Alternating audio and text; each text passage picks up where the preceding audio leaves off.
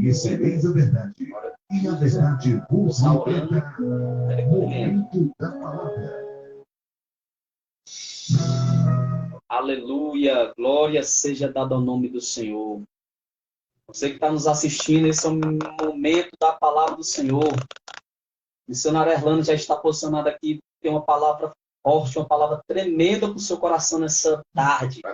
Que Deus te abençoe através dessa palavra. Vamos estar orando, apresentando a vida dele, para que o Senhor coloque palavras na boca dele e ministre poderosamente, que vidas sejam alcançadas e transformadas em nome de Jesus. Aleluia. Vamos fechar nossos olhos.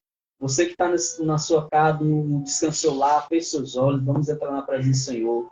Pai, no nome de Jesus, queremos desde já te agradecer, Pai, por essa oportunidade, Senhor. Meu Deus, em nome de Jesus, Pai, que essa rádio venha alcançar vidas, famílias, Pai. Em nome de Jesus, Pai. Quero te apresentar a vida do Erlano, meu Pai, que o Senhor vem estar colocando a tua palavra na boca dele. Ministra de maneira poderosa, Pai. Queremos ver, meu Pai, o céu se abrir, Pai, a tua glória ser manifestada através da vida dele. Pai, no nome de Jesus, Pai, muito obrigado. Queremos glorificar e exaltar o teu santo nome, porque tu és aquele que reina, que vive para todo sempre, Senhor. Meu Deus, em nome de Jesus, Pai, muito obrigado. Fala conosco nessa tarde, através da vida desse homem de Deus. Em nome de Jesus, que assim seja. Amém, amém. Glória seja dada ao teu nome, Jesus. Aleluia. Amém, glória a Deus. Amados e queridos irmãos, é sempre um motivo de alegria, né? De satisfação e também uma grande responsabilidade de poder estar falando a palavra de Deus, né? Estamos fazendo aquilo a qual fomos chamados por Jesus, né? E de pregar o evangelho a toda criatura, aquele que crê e for batizado será salvo. Amém, irmãos? Trouxe aqui uma mensagem da palavra de Deus logo que eu recebi o convite, né? Eu disse, rapaz, eu preciso me preparar, né? Não tenho nada ainda em mente. E Deus, ele sempre dá uma palavra, né? Através de a gente lendo a palavra dele, através de uma pregação. E Deus ministrou no meu coração a palavra que está escrita lá em Apocalipse, no Apocalipse do capítulo 2, que fala sobre as 7 cartas, né? Sobre as cartas que foram as 7 igrejas da Ásia, né? E, amados, é muito importante essas cartas, o que essas cartas querem revelar para nós hoje. É uma mensagem muito poderosa de Jesus, o que é que ele quer de nós, o que é que ele aceita de nós e o que é aquilo que ele não aceita dentro da igreja, né? Dentro de nossas vidas, o padrão. Então, eu trouxe uma introdução rápida aqui, irmãos, para a gente logo após poder estar entrando na palavra, né, na ministração. É Apocalipse capítulo 2. Ok? Irmãos, enquanto os irmãos vão procurando aí, eu vou lendo aqui a introdução. Que Deus abençoe a sua vida nessa tarde. E que a palavra do Senhor venha falar poderosamente no seu coração através dessa mensagem. Que toda glória, toda honra seja dada a Ele. Toda glória para Ele. Que eu diminua e que ele cresça. Essa é a vontade do Pai. Então vamos aqui na introdução. A mensagem de Cristo às 7 igrejas. A introdução vem dizendo o seguinte: a mensagem de Cristo às 7 igrejas locais existentes no oeste da Ásia é também para instrução, advertência e edificação dos crentes, irmão. E igrejas presentes, né? O valor dessas mensagens para as igrejas de hoje vê-se nos pontos a seguir. Primeiro ponto é uma revelação do que Jesus ama e anela ver nas igrejas locais, mas também aquilo que ele repele e condena. Olha, Cristo escreve nas cartas que as coisas que ele ama nas igrejas e as que ele repele e condena. 2. Uma declaração clara da parte de Cristo no tocante às consequências da desobediência e descuido espiritual. Né? Nesse tópico aqui, sobre a declaração da parte de Cristo, sobre as consequências da desobediência e descuido espiritual, temos também a recompensa da vigilância espiritual e fidelidade a Cristo. 3. É um padrão pelo qual toda a igreja ou indivíduo pode julgar sua verdadeira condição espiritual diante de Deus. E um exemplo dos métodos 4 é um exemplo dos métodos de Satanás para atacar a igreja ou o cristão individualmente, né? Esses avisos, essas coisas que acontecem nessas cartas, é um aviso, um exemplo para nós hoje. Como é que Satanás ataca as igrejas e os cristãos que fazem parte delas, né, atualmente. Vamos aqui. Essa introdução serve para abordar perguntas e respostas sobre o que Cristo quer, sobre o que Cristo aprova e aquilo que ele reprova dentro das igrejas de hoje. Primeiro, o que é que Cristo aprova?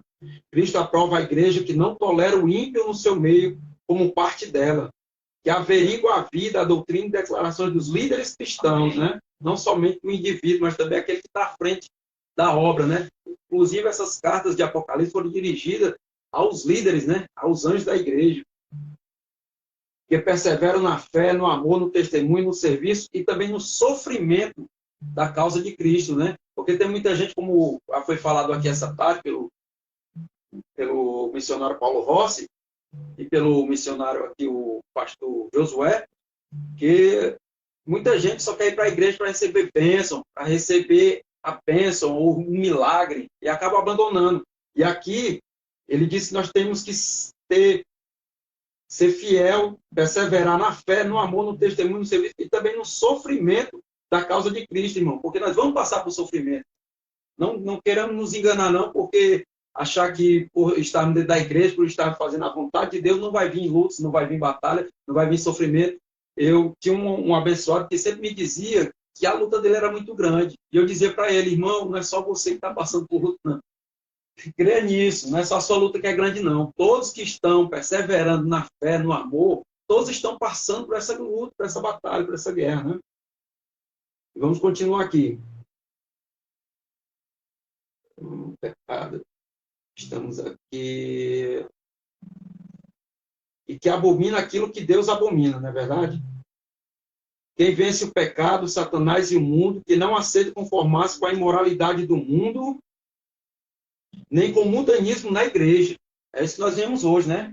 A igreja lotada, cheia de gente, mas mundanismo ainda dentro da igreja, mundanismo querendo entrar dentro da igreja, né? Aqui mesmo foi falado, né? Que o mundanismo está muito grande dentro da igreja. E que guarda a palavra de Deus. Tudo isso é o que Cristo quer ver dentro das igrejas, que a gente repreenda essas coisas dentro da igreja. No número 2 aqui, como Cristo recompensa, a segunda pergunta, como Cristo recompensa as igrejas que perseveram e permanecem leais a Ele e à sua palavra? Primeiro, Ele recompensa tais igrejas, livrando-as do período da tribulação que virá sobre o mundo inteiro, né?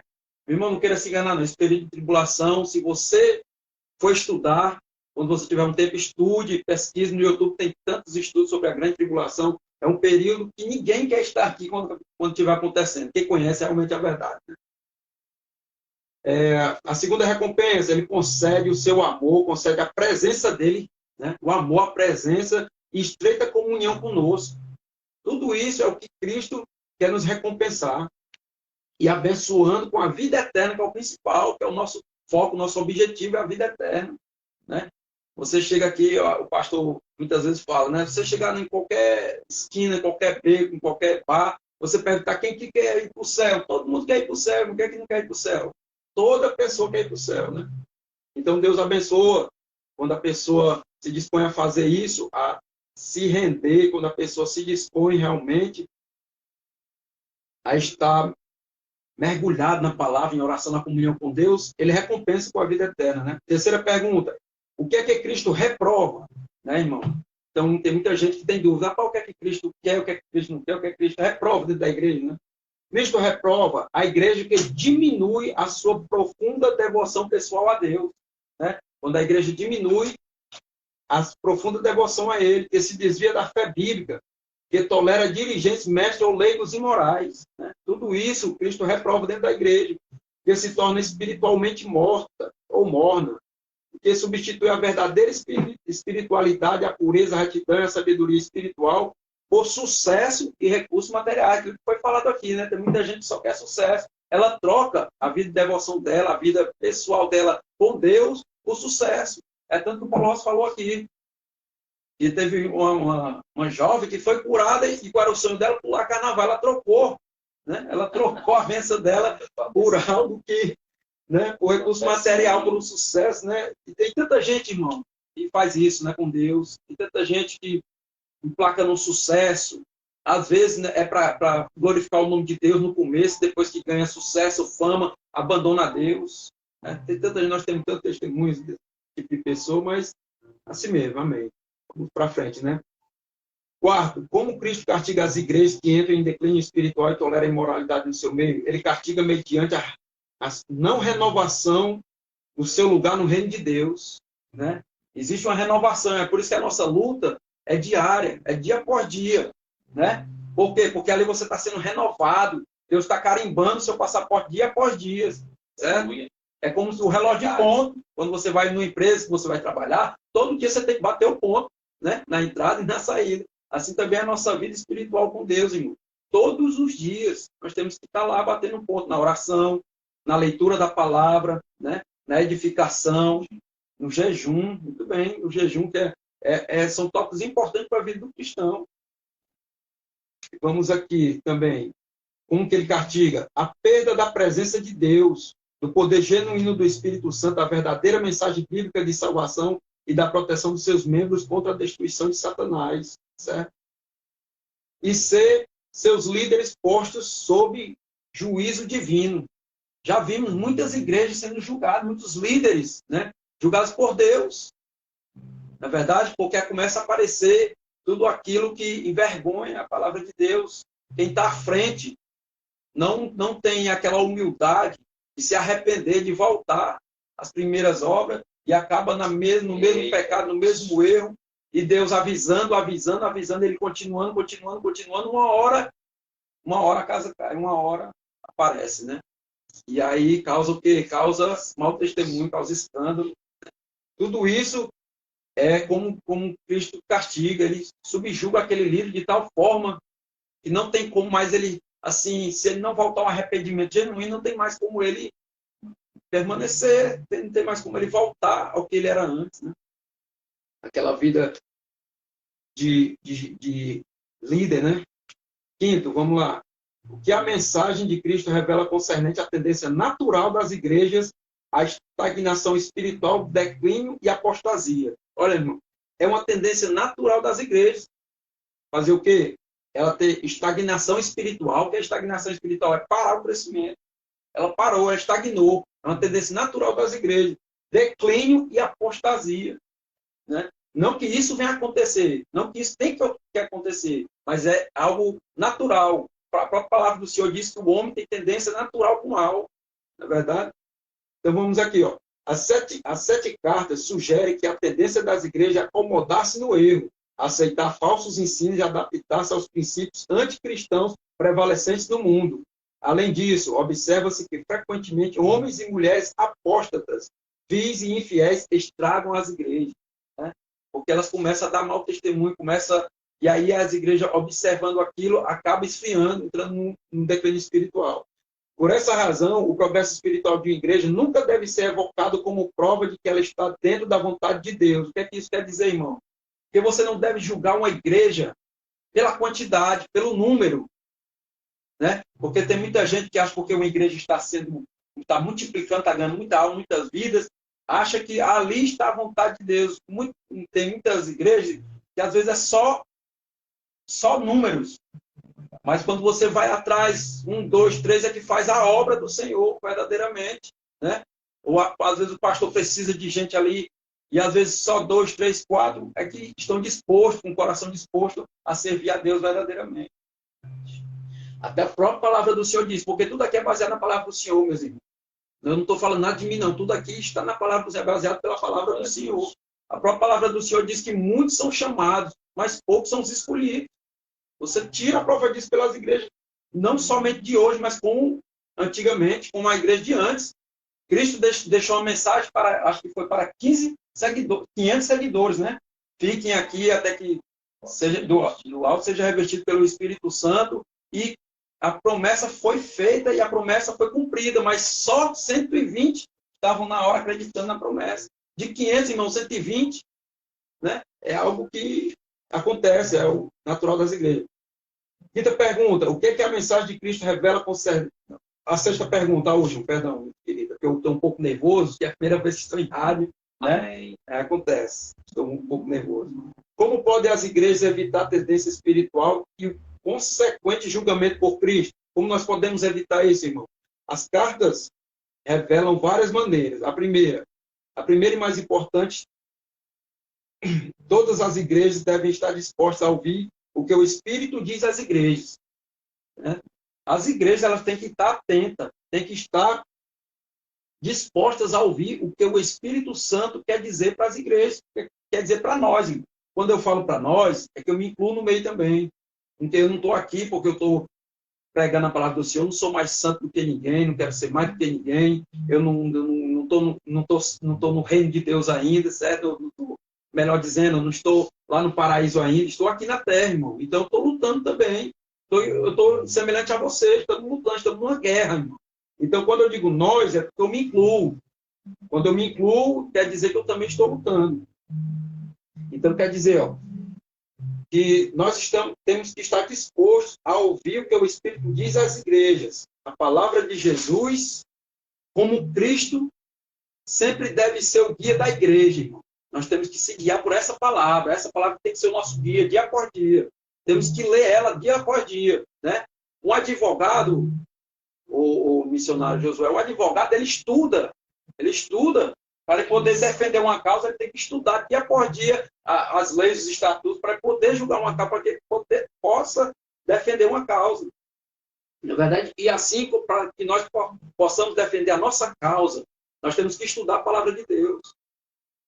Pois esta palavra, conforme revelada aos apóstolos do Novo Testamento, mediante o Espírito Santo, é o padrão segundo o qual as igrejas devem verificar suas crenças e atividades e renovar sua vida espiritual.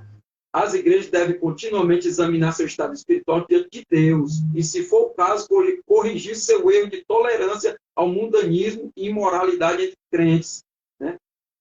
A frieza espiritual poderá ser extinguida em qualquer igreja ou grupo de crentes quando houver arrependimento sincero do pecado e um retorno decidido, guardem isso, irmão, um retorno decidido ao primeiro amor, à verdade, à pureza e poder da revelação bíblica de Jesus Cristo, né?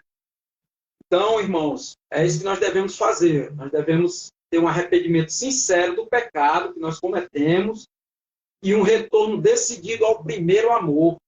O primeiro amor, irmãos, é aquele amor fervoroso, aquele amor assim que a gente se converte, irmãos, né? Vamos já falar sobre o primeiro amor. É por isso que eu pedi para vocês abrir a Bíblia no livro de Apocalipse, capítulo 2. Eu quero falar sobre a primeira carta, a carta à igreja de Éfeso, irmãos. Sabemos que a igreja de Éfeso foi uma igreja muito importante, né? Inclusive, ela teve 3 pessoas muito importantes na igreja de Éfeso, né? E ela teve como fundador o apóstolo Paulo, nada menos que o apóstolo Paulo, né? E teve como pastores o apóstolo João e Timóteo. Então, a igreja dessa, irmão, deve estar num nível muito alto, um nível de espiritualidade muito alta, né? Era uma igreja que, na linguagem de hoje, era top, uma igreja padrão para você estar congregado nela, né? Com líderes, né? Avançados de ponta, exatamente. Então, vamos lá. Capítulo 2, versículo 1. Escreve ao anjo da igreja que está em Éfeso. Isso diz aquele que tem na sua destra as 7 estrelas, que anda no meio dos 7 castiçais de ouro. Eu sei as tuas obras e o teu trabalho e a tua paciência, e que não pode sofrer os maus, que pusestes à prova os que dizem-se apóstolos e não são, e tu os achaste mentirosos, e sofreste e tens paciência, e trabalhaste pelo meu nome e não te cansaste. Tenho, porém, contra ti que deixaste o teu primeiro amor. Lembra-te, pois, de onde caíste e arrepende-te e pratica as primeiras obras. Quando não, brevemente a ti virei e tirarei do seu lugar o teu castiçal, se não te arrependeres. Tens, porém, isto, que aborreces as obras dos nicolaítas, as quais eu também aborreço. Quem tem ouvidos, ouça o que o Espírito diz às igrejas. Ao que vencer, dar-lhe-ei a comer da árvore da vida que está no meio do paraíso de Deus. Amém, irmãos?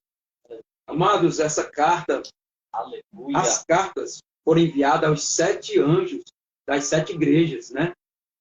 Quando fala em anjo, tem muita gente que imagina logo uma figura, um ser angelical, com asas, né? com auréola, com tudo aquilo, e não é nada disso, irmão.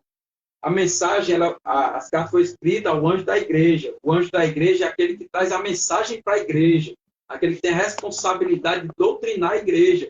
Essa responsabilidade é dada aos pastores, aqueles que ministram a igreja. Então, quando ele se refere aqui ao anjo da igreja, ele está se referindo aos pastores, aos que estão na frente da igreja. Amém, irmãos? Então, vamos aqui. Eu sei as tuas obras. O versículo 2, irmão. Capítulo 2, versículo 2. Eu sei as tuas obras e o teu trabalho, e a tua paciência, e que não pode sofrer os maus, e puseste as provas que dizem-se apóstolos e não são, e tu achaste mentirosos. Irmãos, aqui tem um grande estudo sobre isso que diz, ó, dizem ser apóstolos. Um dos principais cuidados de Jesus ao dirigir a mensagem final às 7 igrejas foi preveni-las da apostasia para tolerar falsos mestres, profetas ou apóstolos que distorciam a palavra de Deus ou enfraqueciam seu poder e autoridade nas igrejas. Né? Cristo ordena que as igrejas testem. Vocês testem todos os que alegam autoridade espiritual. Quer dizer, testem os falsos mestres. O que isso quer dizer, irmãos? Tem muita gente que chega no ministério já dizendo que é pastor, que é apóstolo, que é missionário, esse tipo de coisa, e você não vai atrás de saber que é a vida do cidadão que está ali para pregar a palavra, né? Tem até exemplos, irmãos, da nossa igreja, de pessoas que saíram porque queriam ser pastores, queriam ser ungidos a pastores, né? E eles acabaram, e o pastor, como conheciam todos, né? O pastor, homem de Deus, sempre esperando a resposta de Deus, né, irmãos? Vamos aguardar um pouco, esperar a resposta de Deus. Eles acabaram se frustrando e saindo, chegaram em outro ministério, foram ungidos a pastor. Porque tem uma boa eloquência, porque conhece a palavra de Deus, tem uma boa eloquência, fala bonito, e ungiram logo a pastor. Sem saber da vida, não queriam nem saber por qual motivo eles saíram da congregação. Não foram atrás do pastor deles, né? E ungir a pastor. É por isso que tem muitas igrejas hoje, irmão, que você está ali e existem vários escândalos, vários erros. Por quê? Porque a pessoa é ungida a pastor e não passou ainda nem pela prova, irmão. Pela prova de fogo chamada, né? E para você ser pastor, você tem que passar por uma prova de fogo, irmão. Ser pastor não é qualquer um, não. A vida de pastor não é fácil, não é difícil, irmão. Não é para você coordenar, você conduzir um rebanho, um ministério. É uma responsabilidade muito grande. Você está num nível de espiritualidade muito grande com Deus, um nível de comunhão com Deus muito grande. A sua vida tem que ser um testemunho muito grande. Né? Então, acontecia isso. É por isso que ele diz aqui, ó, tem que testar aqueles que alegam autoridade espiritual, né? Aqueles que se dizem apóstolos e não são. Então, vamos aqui. No 3, que sofresse, tem paciência. Vamos pular para o 4, né? Tenho, porém, contra ti que deixaste o teu primeiro amor. É sobre isso que eu queria falar, irmão. Sobre o primeiro amor. Né? Quantos de nós estamos na igreja e já não temos mais aquele amor por Deus, né? Isto se refere ao primeiro e profundo amor e dedicação que os efésios tinham por Cristo e sua palavra. A igreja de Éfeso tinha um grande amor, né? Pela palavra de Deus, pela obra do Senhor. Era o primeiro amor, eles tinham um amor muito grande. O primeiro amor da gente, a gente nunca esquece. Irmão. Nosso primeiro amor, assim que a gente se converte ao Senhor Jesus, a gente quer pregar para nossa casa, para nossa família, a gente quer sair nos ônibus pregando, a gente quer salvar nossa mãe, nosso pai, né? E a gente acaba, na caminhada, a gente acaba enfraquecendo esse primeiro amor. Né? Aqui diz, essa advertência nos ensina que conhecer a doutrina correta, obedecer a alguns mandamentos e aos cultos da igreja não basta. A igreja deve ter, acima de tudo, amor sincero a Jesus Cristo, a sua palavra como um todo. O amor sincero a Cristo resulta em devoção sincera a Ele, em pureza de vida, em amor à verdade. Né? Eu lembro aqui no meu primeiro amor, missionário Josué, eu me lembro aqui que no meu primeiro amor, eu ia aos cultos da igreja de bike. Eu ia para a igreja de bike. Né? Levava ainda minha esposa no varão da bike, né? Ia grávida, voltava. E nossa igreja tinha culto às sexta à noite e aos domingos, né? Na sexta noite, eu no começo do primeiro amor, cheio da unção do Espírito Santo, quando eu vinha do culto da sexta-noite, que era culto de Santa Ceia, eu passava em frente ao castelão ali, e logo em frente ao castelão tinha um ponto de prostituição.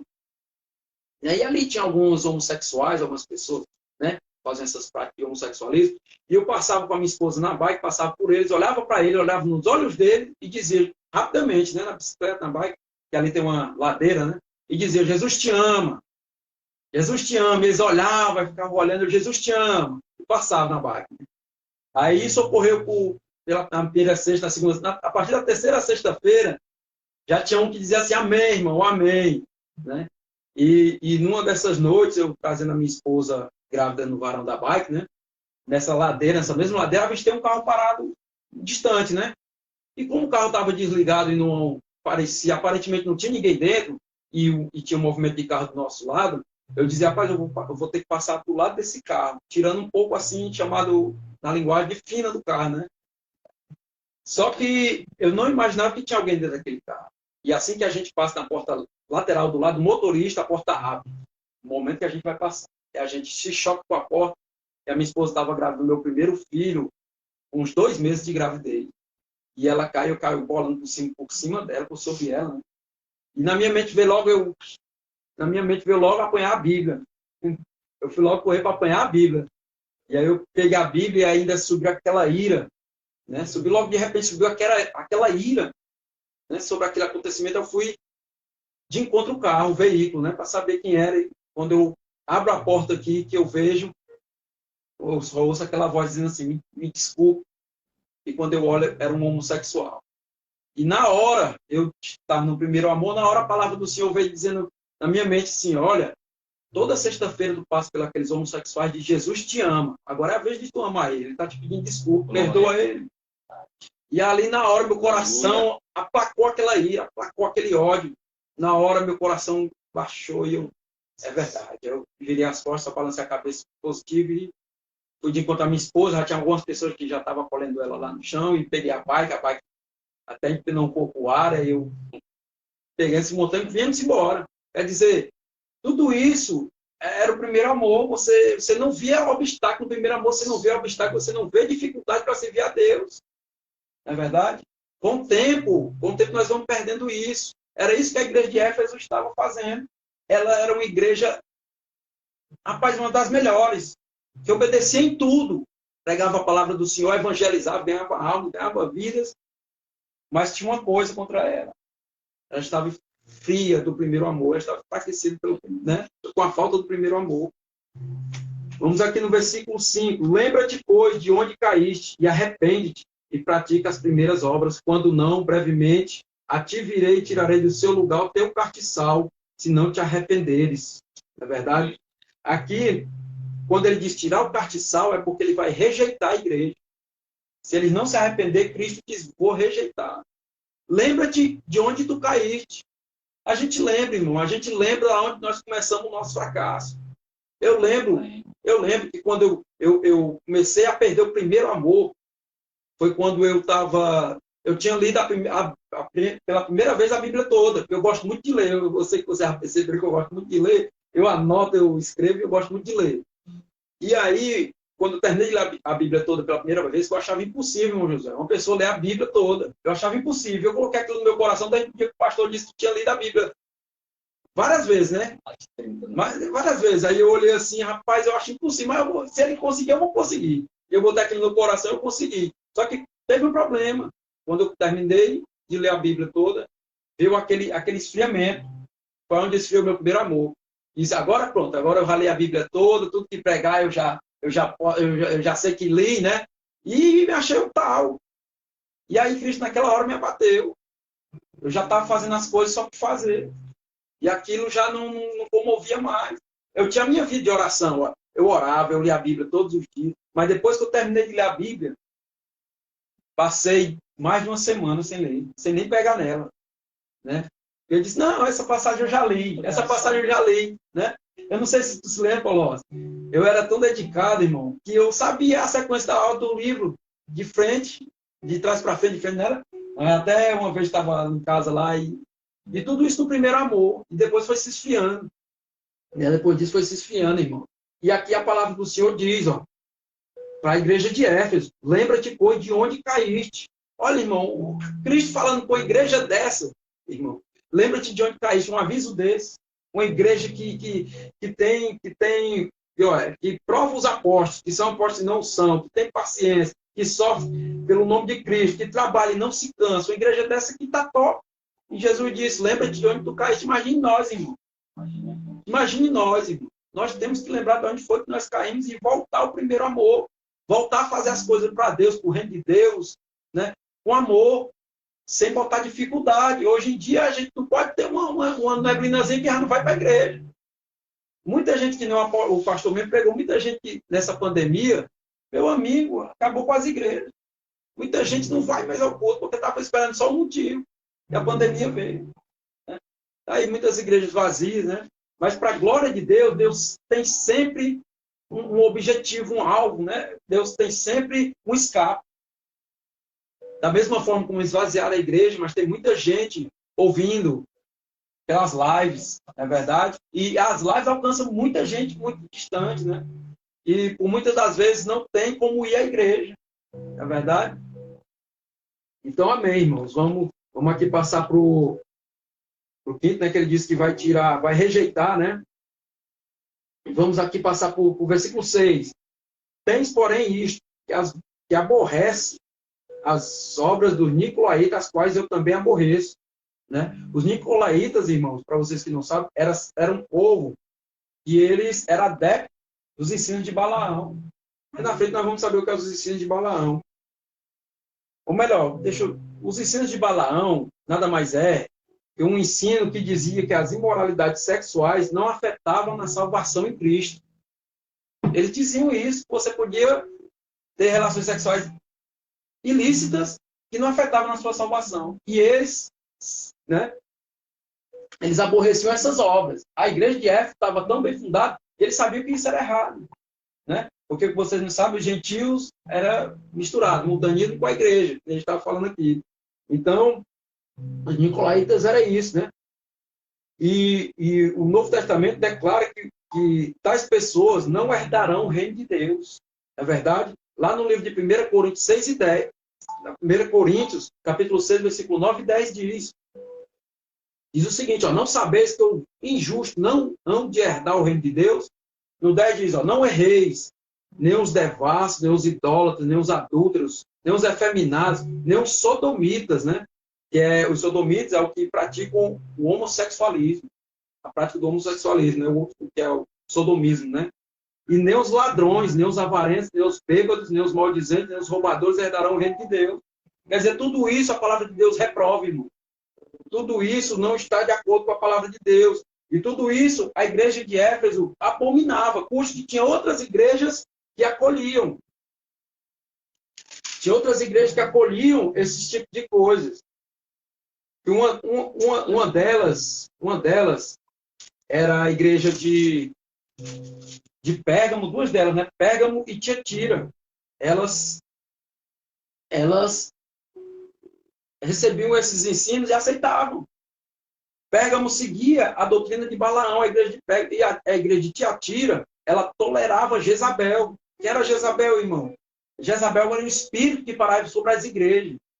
O espírito de Jezabel, o que o espírito de Jezabel fazia dentro das igrejas? Ela ensinava e enganava os servos da igreja para que se prostituíssem e comessem o sacrifício de idolatria dentro das igrejas, irmão. Hoje em dia, nós temos muitas igrejas que celebram o Natal, mas elas não sabem que o Natal é celebrado o nascimento de Nimrod e Tamuz, que são dois espíritos demoníacos dentro das igrejas. Isso é comer o sacrifício de idolatria.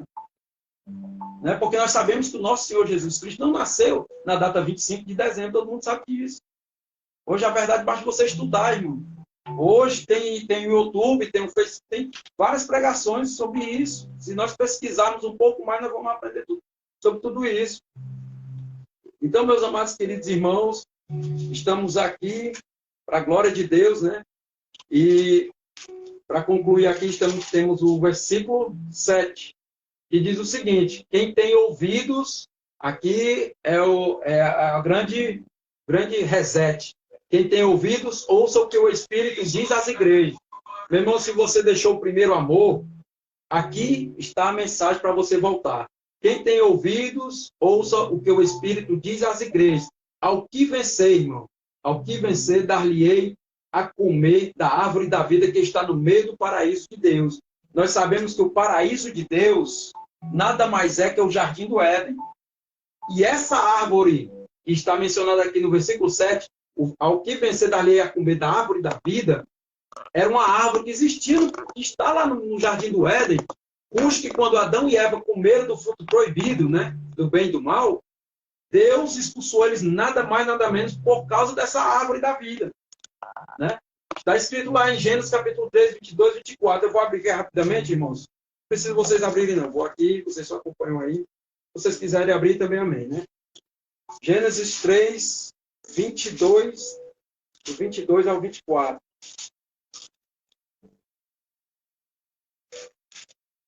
Fala sobre essa árvore da vida que tem prometido aos vencedores, aqueles que estiverem dispostos a voltar hoje ao primeiro amor, irmão, aqueles amor que nós deixamos de lado, aquelas pessoas que o missionário Josué falou que se afastaram da igreja por algum motivo, né? Se decepcionaram, saíram da igreja, não tinham mais como permanecer na igreja, irmão. Se arrependa hoje, volte ao primeiro amor, volte à casa do Senhor, porque Deus tem essas promessas para a sua vida, meu querido. E Ele quer lhe dar do fruto da árvore da vida. Está aqui. Deus repreendeu Adão e expulsou Adão e Eva por causa desse fruto. E diz o seguinte, ó, no 22. Então disse o Senhor Deus, eis que o homem é como um de nós, sabendo o bem e o mal. Ora, pois, para que não estenda a sua mão e tome da árvore da vida e coma e viva eternamente, o Senhor Deus, pois, o lançou fora do jardim do Éden para lavrar a terra de que fora tomado. E havendo lançado fora o homem, pôs querubins ao oriente do jardim do Éden e uma espada inflamada que andava ao redor para guardar o caminho da árvore da vida. Ali essa árvore da vida está protegida pelo querubim, viu, irmão? Você não queira comer lá não, porque o negócio lá está estreito. Então Deus vai dar desse fruto livremente. Aquele que vencer, irmão. Aquele que quando nós vencermos, Deus vai tomar aquele querubim nos braços dele, né? Vai trazer para ele dele e vai deixar lá para nós comermos dessa árvore da vida, para quê? Para que nós nunca mais morramos. A palavra do Senhor diz que aquele que vencer não tem mais o dano da segunda morte. Amém, irmão? Que diz, ó, o vencedor, mediante a graça de Deus recebida através da fé em Cristo, experimentou um novo nascimento, irmão, e permanece constante na vitória sobre o pecado, o mundo e Satanás. Né? Quando nós nos arrependemos, quando nós verdadeiramente andamos pela palavra, nós temos vitória sobre o pecado, o mundo e Satanás, irmão. Nós estamos firmes para vencer todos esses três. E fora esses três, ainda tem a nossa alma. Né? A luta que o apóstolo Paulo falou de nós contra nós mesmos. Uma luta muito grande, né? Então, o vencedor, ele se recusa a conformar-se com o mundo e a impiedade dentro da igreja. Ele ouve e atende aquilo que o Espírito diz às igrejas, permanece fiel a Cristo até o fim e aceita somente o padrão de Deus para a vida cristã, revelado na sua palavra. Nas igrejas de Deus, o vencedor, e somente o vencedor, comerá da árvore da vida, e não sofrerá o dano da segunda morte, aquilo que eu falei. Receberá o maná escondido e um novo nome no céu, e terá autoridade sobre as nações. Seu nome não será removido do livro da vida, será honrado por Cristo diante do Pai e dos anjos, permanecerá com Deus no seu templo, terá sobre si o nome de Deus, de Cristo e da Nova Jerusalém, e será para sempre filho de Deus. O segredo da sua vitória é a morte expiatória de Cristo, seu propósito, seu próprio testemunho fiel acerca de Jesus e a perseverança no amor a Cristo até a morte. Note que ou vencemos o pecado, o mundo e Satanás, ou somos por eles vencidos. Acabamos por sermos lançados no lago de fogo. Não há grupo neutro. Quer dizer o quê? Ou nós vencemos, né? Voltamos ao primeiro amor e vencemos o pecado, vencemos Satanás e o mundo, que é o mundanismo, ou nós somos vencidos por eles. Né? Quer dizer, tem muita gente que diz assim, ô missionário Josué, não, eu não sou do diabo, mas também não vai para a igreja, fica ali, ele acha que ficando em cima do muro é uma outra opção. A palavra de Deus deixa bem claro, não existe outra opção. Ou é céu ou é inferno, ou é Deus ou é o diabo. Não existe neutro. Ou você luta pela sua vida eterna, ou você se entrega e acaba morrendo e vai para o lago de fogo. É uma triste realidade, mas é a verdade, irmão. Nós temos que falar a verdade, que está na palavra de Deus. Essa é a nossa missão. Né? E isso inclui eu, inclui o missionário Paulo Rossi, inclui o irmão Josué. Todos estão sobre esse julgamento. Né? Então, irmãos, o que cabe a nós hoje é voltarmos ao primeiro amor, praticar as primeiras obras, lembrar de onde nós caímos, para nós voltar de lá e não cair mais. Não cair naquele mesmo erro. Né? Pedir perdão ao Senhor, fazer como aquele filho pródigo que já foi pregado aqui pelo missionário Paulo Rossi. O filho pródigo caiu em si. Quando ele caiu em si, ele voltou para os braços do pai, porque ele sabia que não tinha mais uma vida longe do pai. Né? Ele não podia ter mais uma vida longe. Quando ele estava ali comendo a comida dos porcos, ele caiu em si. Ele disse, rapaz, a minha vida perto do pai é muito melhor do que isso. O pai é Deus, irmão. Sua vida perto de Deus é melhor do que essa vida que nós estamos levando. Uma vida longe.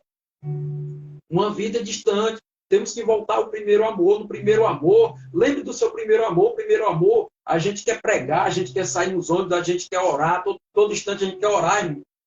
Lembre que nos encontros, a gente não quer sair dos encontros. Por quê? Porque ali é o primeiro amor, é uma chama que se acende. No primeiro amor, o Espírito Santo lhe toca. Facilmente você sente a presença do Espírito Santo. É uma presença que ela é como se fosse adrenalina. Uma adrenalina. E aquele tipo de adrenalina, você não quer sair dali. Aquele tipo de presença, aquela adrenalina, você quer sentir o resto da sua vida. Não é verdade? Por isso tem muita gente hoje que procura aventura. Por quê? Porque procura adrenalina. A adrenalina é a presença do Espírito Santo. A quais ele pode até encontrar, mas é passageiro ali, no esporte radical, numa coisa, acaba até perdendo a vida, em busca de adrenalina. Mas, na verdade, quando você está na presença de Deus, quando você está em comunhão com o Espírito Santo, ele lhe preenche com essa adrenalina. E ali você não tem que procurar mais encanto nenhum, irmão. Só na presença de Deus. Então, amados, essa foi a mensagem. Eu agradeço pela oportunidade. Peço perdão pelas falhas, pelos erros. Estou até nervoso aqui. E que Deus abençoe poderosamente a vida de cada um. Que Deus possa ter tocado aí no coração dos ouvintes aí dessa Arcanjo FM, né? A rádio que toca o coração de Deus. E que vocês possam, através dessa palavra, refletir e voltar ao primeiro amor. Voltar verdadeiramente às primeiras obras, aquela obra que a gente não coloca dificuldade para as coisas de Deus, né? Para a evangelização, para uma visita, a gente vai de coração aberto, a gente vai com alegria, né? Essa é a palavra, a gente vai com alegria para receber as vidas, né? Então, que Deus abençoe essa mensagem, muito obrigado e amém, irmãos. É isso. Deus abençoe. Aleluia. Glória seja dada ao nome do Senhor. Que palavra tremenda. Uma palavra de advertência. Aleluia. Aleluia. Precisamos voltar rapidamente ao primeiro amor. Que Deus te abençoe. Através dessa mensagem, Deus possa ter falado ao teu coração. Glória a Deus. Aleluia. Podemos orar? Amém. Vamos orar, né? Pai, no nome de Jesus, muito obrigado, Jesus. Muito obrigado pela tua palavra, Pai. Meu Deus. Obrigado, meu Pai, no nome de Jesus, por tudo aquilo, meu Pai, que nessa tarde escutamos nesse lugar. Meu Deus, eu creio que a tua palavra não volta vazia, Aleluia, Senhor. Jesus. Meu Deus, quebra as cadeias de religiosidade, toda frieza, todo desânimo, todo cansaço, toda obra contrária, Pai. Toda obra, meu Pai, do maligno, todo levante de Satanás, meu Pai, no nome de Jesus, porque a ideia do diabo, meu Pai, no nome de Jesus, é esfriar, Pai. É trazer desânimo. Meu Deus, em nome de Jesus, Pai. Mas a tua palavra diz que tu és fonte de água viva, Senhor. Meu Deus, e queremos nessa tarde, Pai, declarar, profetizar, Pai. Meu Deus, em nome de Jesus, que o Senhor irá soprar, trazer avivamento, restauração, o renovo, quebrantamento para nossos corações. Precisamos de Ti, Senhor. Meu Deus, em nome de Jesus, Pai.